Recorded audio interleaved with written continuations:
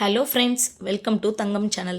இன்றைக்கி என்ன சமையல் பார்க்க போகிறோன்னு பார்த்தீங்கன்னா, இறால் புளி குழம்பு எப்படி செய்கிறதுன்னு பார்க்கலாமா? அதுக்கு ஒரு கடாய் வச்சு அடுப்பை பற்ற வச்சுருங்க. எண்ணெய் ஒரு 4 ஸ்பூன் ஊற்றிக்குங்க. எந்த எண்ணெய் வேணாலும் யூஸ் பண்ணிங்க. 1/2 ஸ்பூன் கடுகு போட்டுக்குங்க. கடுகு நல்லா பொரிஞ்சதுக்கப்புறம் 1/4 ஸ்பூன் வெந்தயம் போட்டுக்கலாம். வெந்தயமும் நல்லா பொன்னிறமாக பொரிஞ்சு வரட்டும். வெந்தயம் கருகிடுச்சுன்னா குழம்பு கசக்கும், அதனால் பார்த்து கரெக்டாக பண்ணுங்கள். 1/4 ஸ்பூன் அளவுக்கு பெருஞ்சீரகம் போட்டுக்கலாம். அதுவும் பொரிஞ்சிடுச்சுங்க. இப்போ 10 பல் பூண்டு சேர்த்துக்கலாம். இடித்து சேர்த்துக்கிட்டாலும் சரி, அப்படியே சேர்த்துக்கிட்டாலும் சரி. பூண்டு நல்லா வதங்கி வந்துடுச்சுங்க. வேணும்னா உங்களுக்கு ஆப்ஷனல் தான். கொஞ்சோண்டு ஒரு துண்டு இஞ்சி எடுத்து இடித்து சேர்த்துக்குங்க. நான் இஞ்சி சேர்த்துக்கல. அதுக்கப்புறம் கொஞ்சமாக கருவேப்பிலை போட்டுக்குங்க.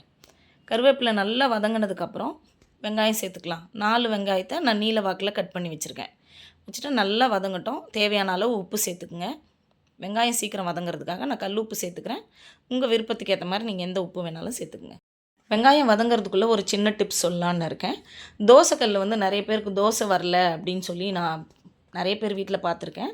அது ஒன்றும் பிரச்சனை இல்லைங்க. தோசைக்கல்லில் வந்து நம்ம எப்படி மெயின்டைன் பண்ணணும்னு பார்த்தீங்கன்னா, கம்பி வச்சு கழுவுறது, ரொம்ப ஹார்ஷாக போட்டு தேய்க்கிறது அப்படிலாம் தேய்க்கக்கூடாதுங்க. ஸ்பாஞ்ச் வச்சு தேய்ச்சா போதுங்க. ரொம்ப அழுத்தியெல்லாம் தேய்க்கக்கூடாது. நார்மலாக க்ளீன் ஆகிற அளவுக்கு தேய்ச்சா போதும். தேய்ச்சிட்டு நம்ம ஒரு நல்ல கிளாத் எடுத்து அதை நல்லா தொடச்சிடணுங்க. தொடச்சிட்டு ஒரு 20 மினிட்ஸ் நல்லா ட்ரை ஆகட்டும். நல்ல கல் சாதாரணமாக தண்ணி இல்லாமல் காஞ்சதுக்கப்புறம் 1 ஸ்பூன் எண்ணெய் ஊற்றி வெங்காயத்தை வச்சு நல்லா தேய்ச்சி விட்டுருங்க. தேய்ச்சி விட்டுட்டிங்கன்னா அதுக்கப்புறம் தோசை ஊற்றி பாருங்கள், சூப்பராக வருங்க. இப்போ வந்து வெங்காயம் நல்லா வதங்கி வந்துடுச்சு. இப்போ நம்ம வந்து 3 ஸ்பூன் குழம்பு மிளகாய் தூள் சேர்த்துக்கலாங்க. நல்லா பச்சை ஸ்மெல் போகிற வரைக்கும், மிளகாய்த்தூள் பச்சை ஸ்மெல் போகிற வரைக்கும் நம்ம வதக்கி எடுத்துக்கலாம். இப்போ பாருங்கள், கடாயில் வந்து ஒட்டவே இல்லை பாருங்கள். அந்த அளவுக்கு நம்ம கலரிக்கிட்டே இருக்கணும். சிம்மில் வச்சு வதக்குங்க. இப்போ நல்லா வதங்கி வந்துடுச்சு. இப்போ நம்ம தக்காளி சேர்த்துக்கலாம். 4 தக்காளியும் நான் சேர்த்துக்கிறேன். தக்காளி ரொம்ப வதங்கணும்னு இல்லை, ஓரளவுக்கு வதங்கினா போதும். அந்த மாதிரி நம்ம கல்லில் எந்த ஃப்ரை பண்ணுறதுக்கு முன்னாடியும் நம்ம கல்லை வந்து லைட்டாக ஸ்பாஞ்ச் வச்சு வாஷ் பண்ணிவிட்டு, கல் நல்லா ஹீட் ஆனது, ரொம்ப ஹீட் ஆகக்கூடாது, நார்மல் ஹீட் ஆனதுக்கப்புறம் நம்ம எண்ணெய் ஊற்றி ஃப்ரை பண்ணலாம். எண்ணெய் காஞ்சதுக்கப்புறம்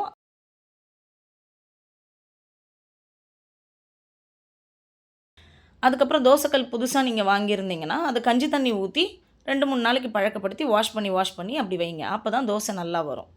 ஓகேங்க. இப்போ நம்ம இறால் போட்டுக்கலாம். தக்காளி இந்த அளவுக்கு வதங்கினா போதும். இறால் போட்டு நல்லா கலரி விட்டுடலாம். இறால் வந்து நல்லா வதங்கி வரட்டுங்க. வந்ததுக்கப்புறம் நம்ம அதுக்கு முன்னாடி என்ன பண்ணணுன்னா, ஒரு எலுமிச்சம்பழம் சைஸ் அளவுக்கு நான் புளி ஆல்ரெடி ஊற வச்சுருக்கேன். இப்போ நம்ம அந்த புளி தண்ணியை வந்து ஊற்றிக்கலாங்க.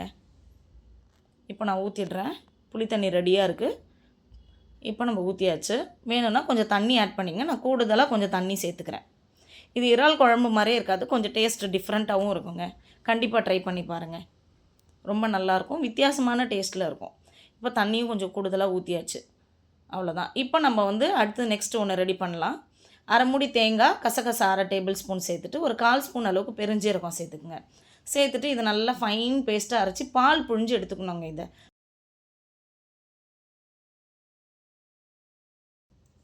இப்போ குழம்பு நல்லா கொதி வந்துடுச்சுங்க. இறாலும் கொஞ்சம் வெந்துடுச்சு. ரொம்ப வந்து ரப்பர் மாதிரி வேக வச்சிடக்கூடாது.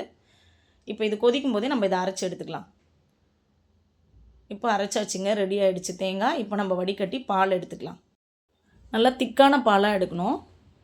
இப்போ இந்த தேங்காய் பால் ஊற்றுறதுனால அந்த குழம்பு டேஸ்ட்டு சூப்பராக இருக்குங்க. இப்போ குழம்பு நல்லா கொதி வந்திருக்கு.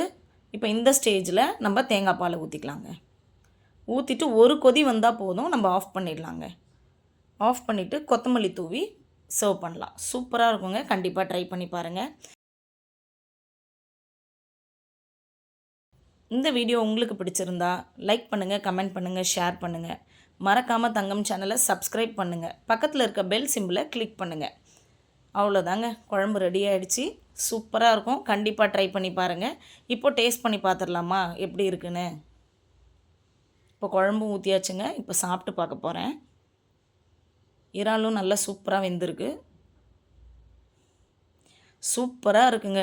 டேஸ்ட் வேறு லெவல். கண்டிப்பாக ட்ரை பண்ணி பாருங்கள். கொஞ்சம் டிஃப்ரெண்ட் டேஸ்ட்டாக இருக்குது, நல்லாவும் இருக்குது.